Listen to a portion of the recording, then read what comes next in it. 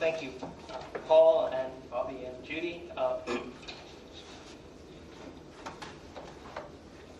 On the one hand, this seems like the one occasion where it's pretty much guaranteed that I could talk about just about anything that interests me, and the audience would probably be tolerant, at least.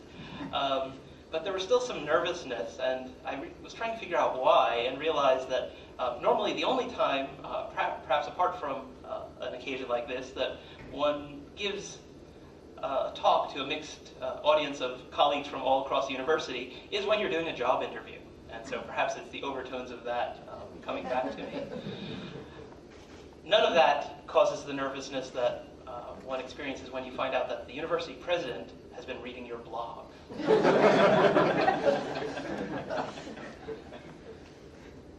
I've been thinking for a while about what to talk about today, and I do want to start with at least some thanks. I know that the talk is not supposed to focus on thanking, and certainly I could spend as much time as I've been given to speak simply thanking relevant people. I would like to thank the Goodwin family, both for helping to found the university and for endowing the chair. The University Advancement, let me get this right, Office for Donor Relations and Development Communications for publishing the registry, which was then found by Harry, whom I'd also like to thank, for discovering this neglected chair there. I'd like to thank administrators, both past and present, those here for making this event possible, those in the past for also making this event possible by not getting rid of this neglected chair over the course of the years.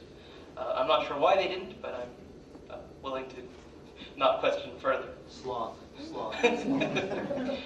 I'd like to thank my colleagues, particularly in my department, who've been wonderful to work with, but also colleagues across the university, and indeed everyone here today for just providing such a wonderful environment in which to do scholarship and teaching. I'd like to thank my wife Elena and my son Alex for encouragement, support, or when it was all that they could muster, tolerance for some of the strange things that I sometimes work on and talk about, even when I'm pretty sure they're not really interested in hearing about them. And just for out of an interest of fairness, talking about some of those same things today.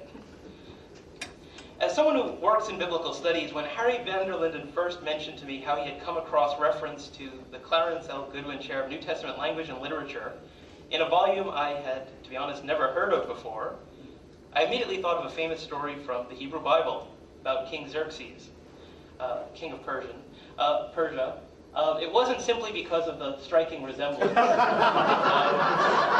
But in the book of Esther, there's a famous story about how King Xerxes couldn't sleep one night, and his way of dealing with insomnia before Excedrin PM and other such modern tools was to have the annals read to him in the hope that it would counter his insomnia.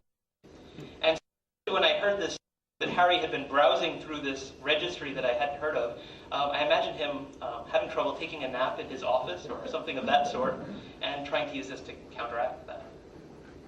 As things have developed, I no longer joke about this registry.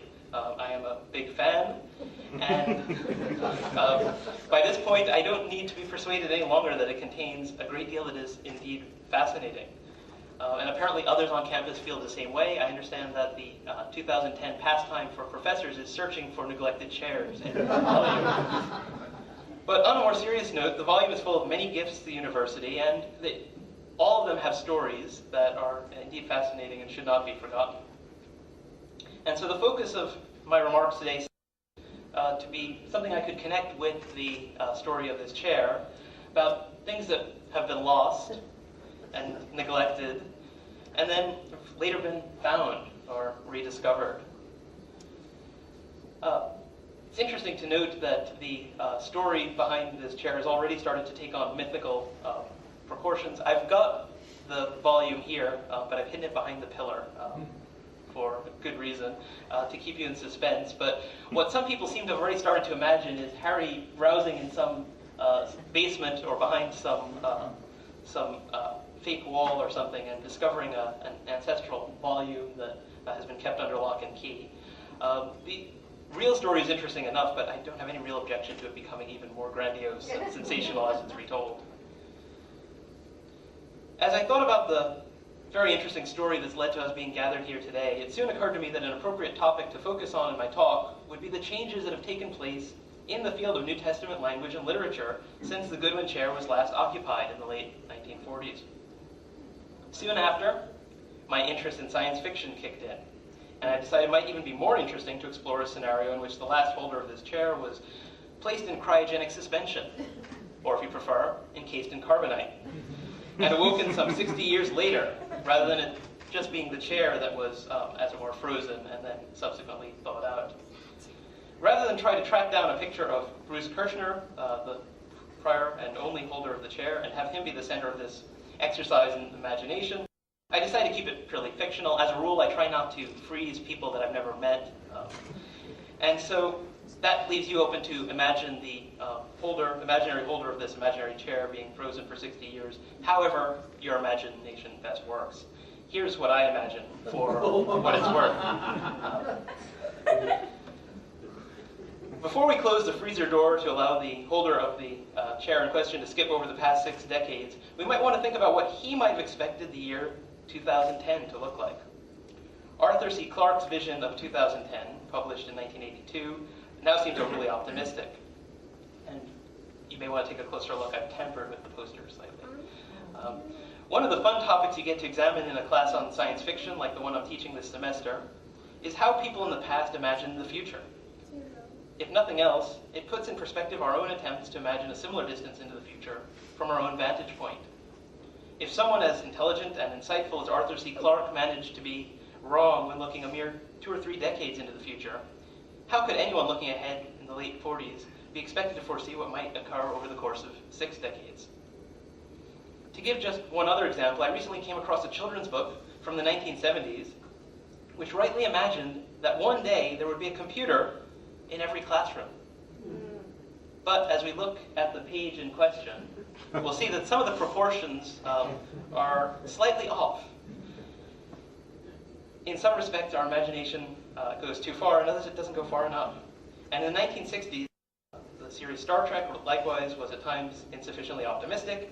For instance, the cheapest disposable cell phone used by the least technophile among us today looks far more impressive than what the communication devices that show imagined we'd be using in the 23rd century look like. I'll get to changes in New Testament studies and discoveries that spark them in just a moment. But one of the things that studying ancient texts constantly reminds you of is how our worldview changes from era to era. And that is why I want to mention some aspects of the world of the late 1940s, so that we can put the changes in my own field into the broader context of a changing society, changing technology, and a changing world.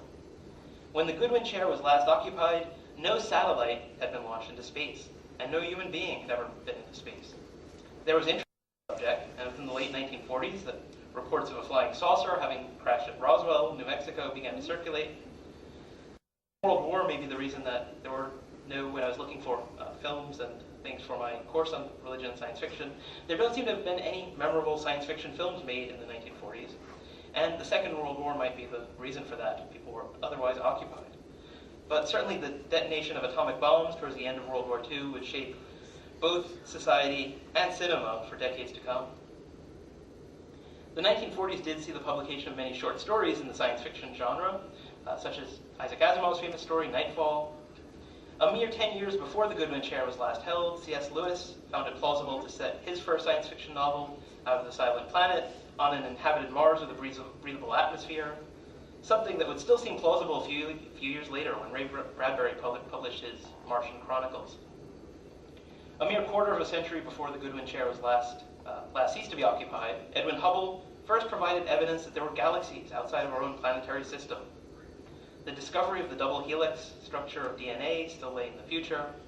The whole field of genetics in its modern form was yet to arise, and that, intersecting with my field, would settle debates not only about paternity cases and other things of contemporary interest, but also the relationship of all living things on this planet to one another in ways that would impact how all but very few today think about the relationship between the Bible and the natural sciences.